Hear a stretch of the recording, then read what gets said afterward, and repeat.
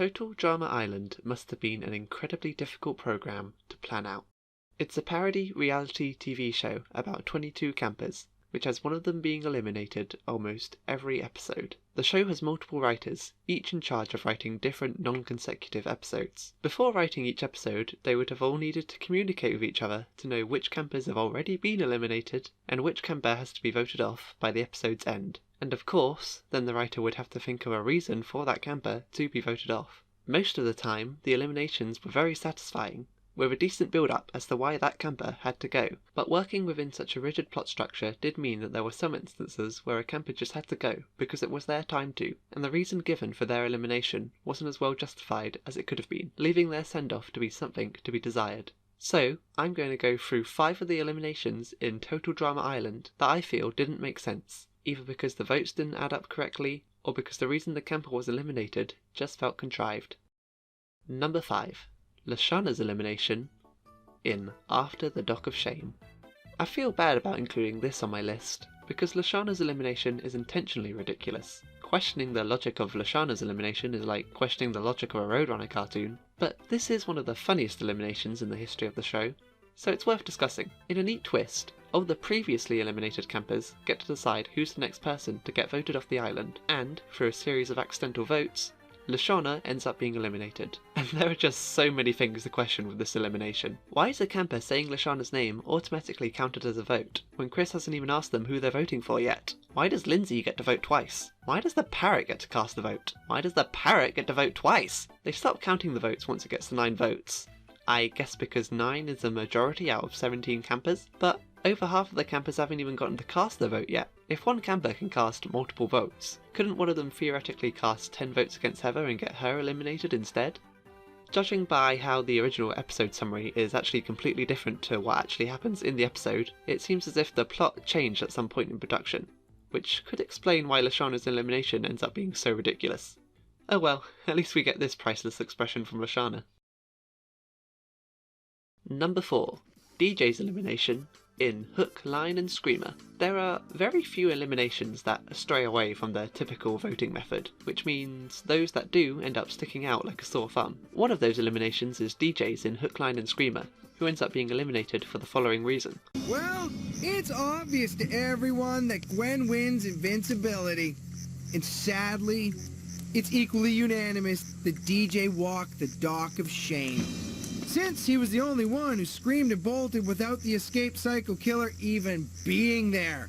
The wording here is a bit ambiguous. When Chris says it was unanimous, is he saying that the campers unanimously decided that DJ should be eliminated, or is he saying that the producers decided that he should be eliminated? Even so, it's strange that DJ bailing on the challenge is enough of a reason for him to be eliminated, especially since he wasn't even aware that they were competing in a challenge in the first place. There were also other examples of campers not competing in a challenge, but not being penalised for it, an example being in the previous episode, where Izzy and Lashana didn't even compete in the biking challenge. Plus, DJ may have bolted without the killer even being there, but he still technically survived the challenge longer than Izzy and Owen did. Number 3. Justin's elimination in Not Quite Famous. In the episode Not Quite Famous, the campers are tasked with putting on a talent competition.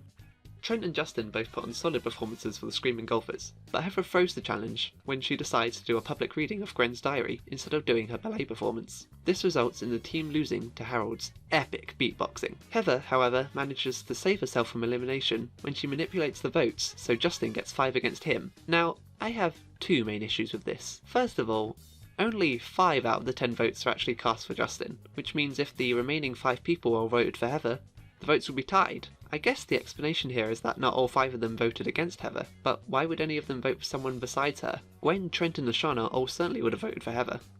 Maybe Cody could have voted for Trent out of jealousy, though that would be very out of character for him. Ironically, the only character I could realistically believe didn't vote for Heather is Justin himself. My second issue with this elimination is, if Heather could manipulate the votes that easily, why, out of all her enemies, did she choose to target Justin? I think the reason is because Justin scored less points than Trent did in the talent competition, but wouldn't it have made more sense for Heather to vote off someone she hates, like Gwen, or maybe Trent in order to mess with Gwen?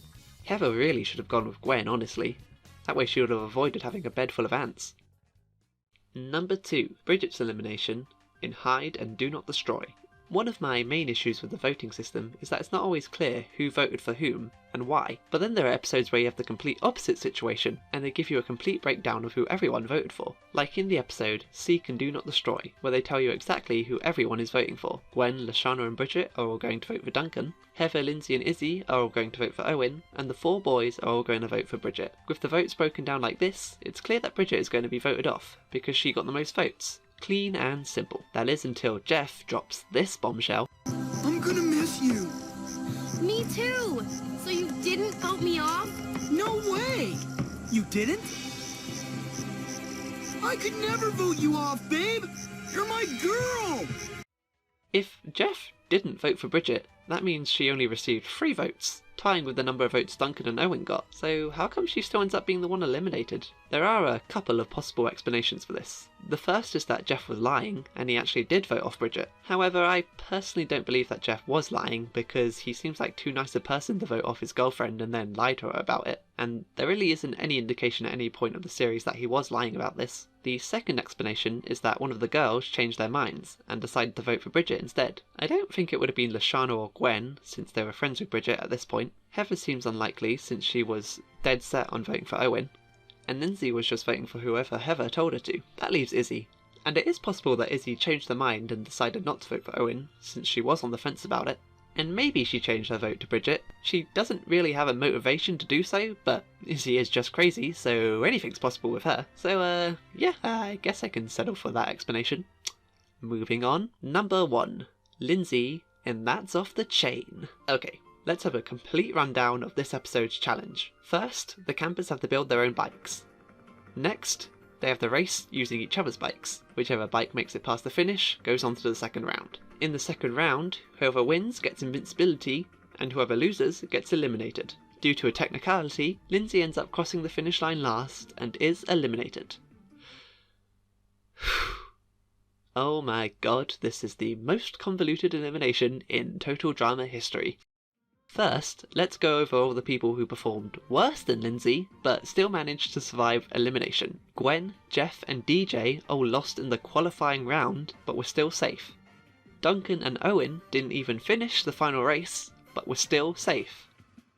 And Izzy and Lashana didn't even participate in the challenge, but were still safe. Skipping out on the challenge put them in a better position than those who actually tried. Seriously, and I know I mentioned this earlier, but DJ bails early on the challenge in the very next episode and he gets eliminated for it. Why don't Lashana and Izzy face similar consequences? I'm so angry about this. Oh my god. The way that this challenge was set up meant that it was beneficial not to qualify for the final race, because then you'd actually be guaranteed to be safe from elimination, and the prize of immunity isn't really worth it if there's no vote anyway. Now I do realise that there was supposed to be some unfairness to Lindsay's elimination, as that's what made it sting so much, but I think the unfairness should have all stemmed from the way Heather was manipulating Lindsay, not from bending the rules so much that Lindsay only ends up being eliminated under an absurdly specific set of circumstances. But in all fairness, the elimination does result in the most cathartic speech in the entire series. You really are mean! And all that bad stuff people say about you is true! Like how you're a two-faced, backstabbing, lying little...